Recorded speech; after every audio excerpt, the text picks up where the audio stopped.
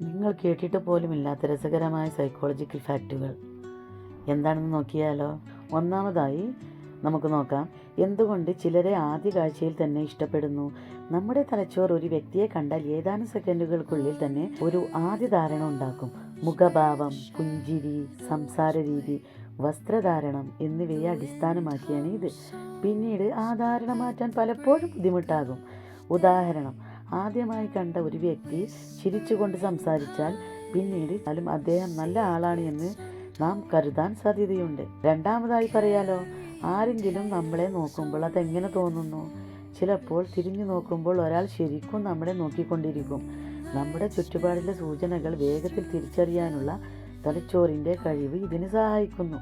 എന്നാൽ ചിലപ്പോൾ അത് വെറും യാദൃശ്ചികതയും ആയിരിക്കും. ഇനി മൂന്നാമതായി നോക്കാം, എന്തുകൊണ്ട് ഒരു പാട്ട് വീണ്ടും വീണ്ടും മനസ്സിൽ കേൾക്കുന്നു. ഇത് പലർക്കും അനുഭവപ്പെടുന്ന ഒരു സാധാരണ പ്രതിഭാസമാണ്. പ്രത്യേകിച്ച് പാട്ട് മുഴുവൻ കേൾക്കാതെ നിർത്തിയാലോ, വളരെ ആകർഷകമായ ഒരു ഭാഗം കേട്ടാലോ അത് വീണ്ടും വീണ്ടും മനസ്സിൽ വന്നുകൊണ്ടിരിക്കും.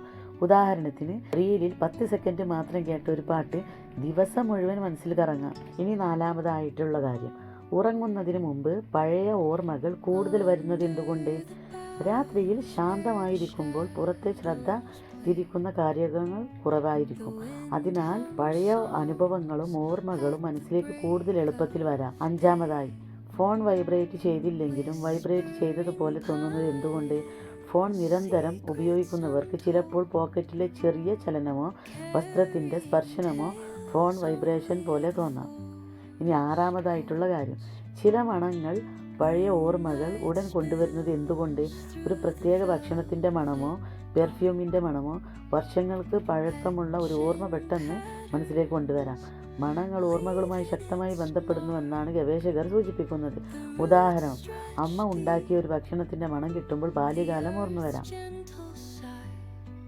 ഇതെല്ലാം ചില കാര്യങ്ങൾ മാത്രമാണ് കേട്ടോ. നമ്മുടെ മനസ്സിന് തോന്നുന്ന ചില ചിന്തകൾ മാത്രം.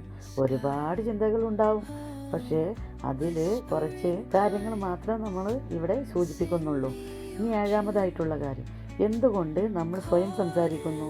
ഇതോ അസാധാരണമല്ല. പലരും ഒരു തീരുമാനം എടുക്കുമ്പോഴോ എന്തെങ്കിലും ഓർക്കാൻ ശ്രമിക്കുമ്പോഴോ മനസ്സിൽ അല്ലെങ്കിൽ പതുക്കെ സ്വയം സംസാരിക്കാറുണ്ട്. അത് ചിന്തകൾ ക്രമപ്പെടുത്താൻ സഹായിക്കാം. ഇനി എട്ടാമതായിട്ടുള്ള കാര്യം, ചിരിക്കുമ്പോൾ മറ്റുള്ളവർക്കും ചിരി വരുന്നത് എന്തുകൊണ്ട്. ചിരി പകരുന്ന ഒരു സാമൂഹിക സ്വഭാവമാണ്.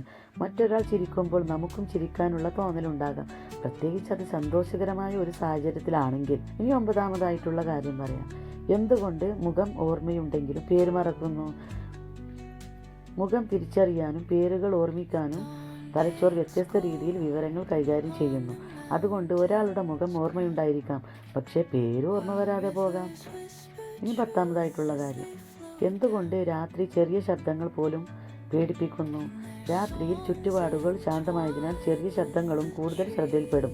ഇരുട്ട് കാരണം ശബ്ദത്തിൻ്റെ കാരണം ഉടൻ മനസ്സിലാകാത്തത് പേടി വർദ്ധിപ്പിക്കാനും ഇടയാക്കും.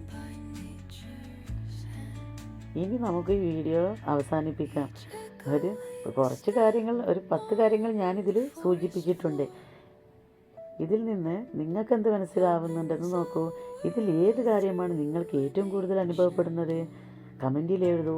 ഇത്തരത്തിലുള്ള കൂടുതൽ രസകരമായ സൈക്കോളജി വീഡിയോകൾക്കായി ചാനൽ സബ്സ്ക്രൈബ് ചെയ്യാൻ മറക്കല്ലേ.